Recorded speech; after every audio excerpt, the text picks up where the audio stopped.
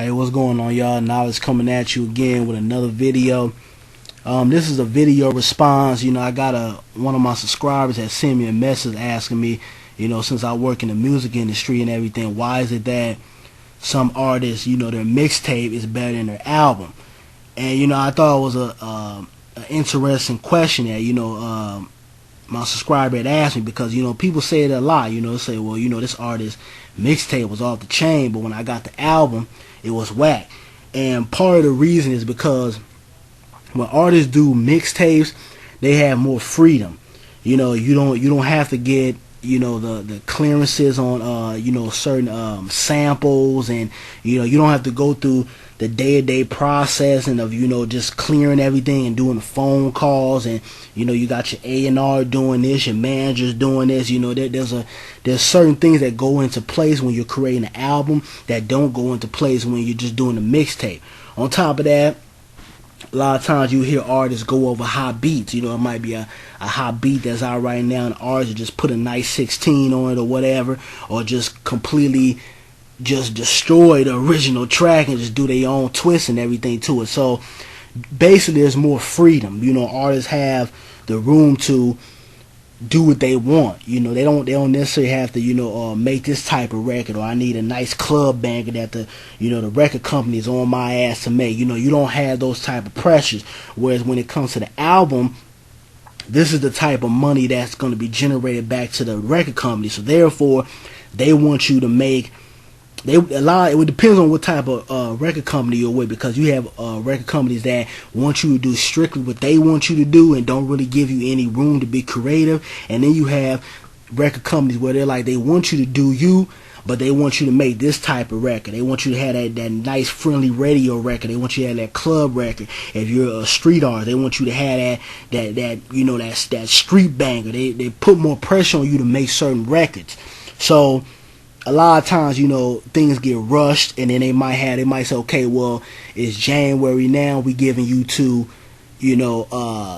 August or September to finish this album. Or, usually it takes about a year or two to make an album, but, I'm just kind of paraphrasing it, but there's deadlines. So therefore, a lot of times, with all the clearances and just being creative as an artist, you don't have that room and that outlet to really do you, because it's more of you're being put more of into a business perspective. You got to get this track done. These amount of tracks have to be done by this date.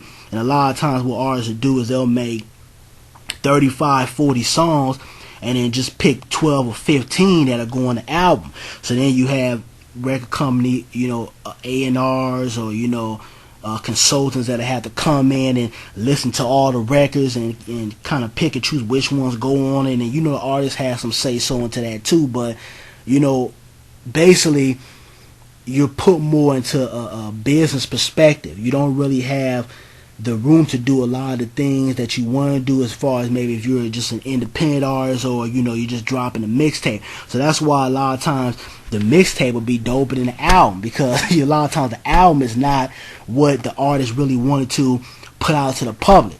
Prime example, when we heard Lupe Fiasco's, I believe it was his last album, not his last album, but the one before that, called Lasers. It was, it was terrible. I maybe liked about 3 or 4 songs on it. It wasn't Lupe. Me just working in the industry, I could tell that the record company wanted him to make more pop records, to try to cross over and get more over to, let's keep it real, the white audience, to bring in that money. And, it started a whole protest, and, it was a big, crazy mess, because us being Lupe Fiasco fans, for y'all that listen to him, we knew that wasn't him. We knew that he wasn't able to be him as an artist on that album, so a lot of people didn't like it. Another example, Cassidy. Y'all remember Cassidy before he got signed to a major record label? He was a battler, kind of spoke for the streets. He had tough rhymes. And then when he got signed, they threw R. Kelly on there. They needed that nice, friendly record, and he made that 6 in the morning track. It was a nice record for the ladies, but it was bullshit. We knew that really wasn't Cassidy. Even though the ladies like Cassidy and everything, they think he's a good-looking guy and everything, that wasn't what he sold to the public. He sold that raw intensity, bar after bar, punchline type of mood towards the audience. So when he came out with the joint for the ladies, it's like, you know, especially as his first single, it's like, you know, this is not you. So that's basically, you know, what it boils down to, is that a lot of times record companies, they lock down artists and they don't really let them have the freedom they need to have on an album as opposed to a mixtape. So, you know, I hope I answered your question.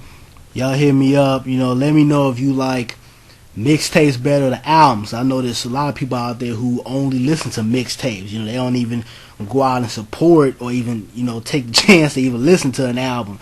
So, you know, y'all let me know what y'all feel about it, and you know, let me know some artists that dropped hot mixtapes that you like, but their albums you didn't really care for. Y'all stay cool today. I'm out. Peace.